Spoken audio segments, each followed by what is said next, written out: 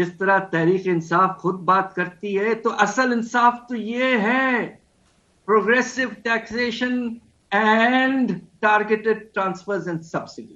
This is the message which is fundamental, اور لوگوں کا مورال بہتر ہوگا, ہم آگے بڑھیں گے انشاءاللہ, اور خسارے بھی کم ہو جائیں گے.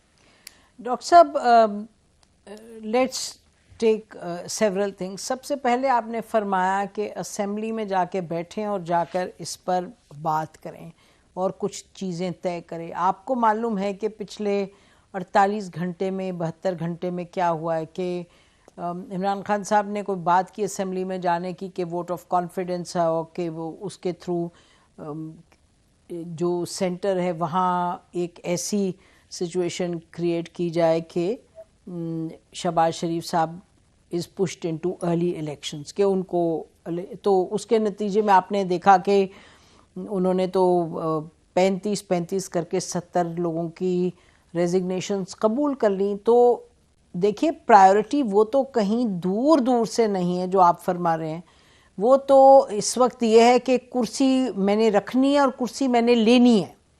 مطلب میں تو I am cutting across all the layers. اندر تو یہی بات ہے نا کہ جی اچھا وہ جو کہہ رہے ہیں ہم نے کرسی رکھنی ہے, وہ کہتے ہیں یہ تو آئینی طور پہ ہمارا حق ہے, الیکشنز تک تو ہم رہیں گے. ادھر وہ کہہ رہے ہیں کہ جی آپ اس لیے گھر جائیں کیونکہ آپ کی وجہ سے اقتصادی صورتحال اتنا اس میں بگاڑ ہے کہ وی کین ڈیفالٹ. اب یہ جو عمران خان صاحب کی پوزیشن ہے کہ economic situation is getting from bad to worse, اور جلدی الیکشن کروائیں تاکہ پھر حالات بہتری کی طرف جائیں. آپ ذرا یہ اسیس کیجئے گا آبجیکٹیولی ان سب چیزوں کو مد نظر رکھتے ہوئے جو آپ نے فرمایا بھی. دیکھیے مجبوراً ہمیں یہ کہنا پڑے گا کہ پچھلے کچھ ہفتوں سے ہم سب یہ امید کر رہے تھے کہ ہماری حکومت جو ہے وہ آئی ایم ایف پروگرام میں جو اس حکومت نے خود لیٹر آف انٹینٹ میں ریفارمز کمٹ کیے تھے وہ امپلیمنٹ کریں گے اور آگے بڑھیں گے. اس لیے کہ اس وقت آئی ایم ایف پروگرام کی اہمیت یہ ہے کہ I M F is the lender of the last resort when a country is in financial trouble. اس کے ساتھ ہی آپ اپنے لونز کو ری اسٹرکچر کر پائیں گے اور بوجھ کم کر پائیں گے, مگر ایسا نہیں ہوا ہے ابھی تک. اور مجھے مجبوراً یہ کہنا پڑ رہا ہے کہ اگر یہ حکومت اپنے کمٹمنٹس کو میٹ نہیں کر رہی ہے اور آئی ایم ایف کا پروگرام کی چھتری جو ہے وہ ختم ہونے والی ہے, تو پھر خدا کے لیے ہمارے پاس کوئی آپشن نہیں رہتا ہے but go for early elections, and کم از کم کچھ حد تک آپ کے کیئر ٹیکر سنبھال لیں, مگر بڑے چینجز تو وہ کر نہیں سکتے آئین کے تحت. تو اس کے بعد جو آئے حکومت 5 سال کے لیے, اور عام طور پہ ہماری حکومتیں پہلے 1 سال 2 سال محنت کرتی ہیں اور حالات کو بہتر کرنے کی کوشش کرتی ہیں, اور کوشش یہ ہوتی ہے کہ 5ویں سال تک ہمارے ریزلٹس اچھے آ جائیں. تو یہ سائیکل فٹ کرے گا, اور جو نئی حکومت آئے جس کے پاس آئی ہوپ کہ میجورٹی اچھی ہوگی, وہ سخت مشکل کنسنسس ریلیٹڈ اقدامات لیے جس طرح میں نے ابھی کچھ دیر پہلے ذکر کیا. جی ڈاکٹر صاحب بریک لیتے ہیں, بریک کے بعد یہ سوال اٹھائیں گے کہ یہ حکومت نے تو کہا ہے 2 روز پہلے کہ ہم آئی ایم ایف کو دعوت ہم نے دی ہے, وہ خط لکھ دیا, اس کو پبلک کر دیا گیا اس کے خط کے حوالے سے خبر کہ جی آئی ایم ایف سے کہا ہے کہ آپ آئیے اور آ کے بات چیت کریں.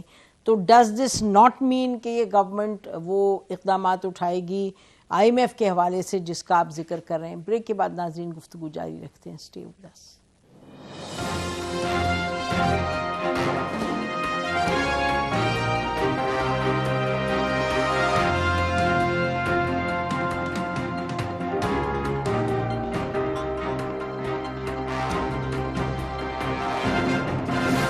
ویلکم بیک ناظرین.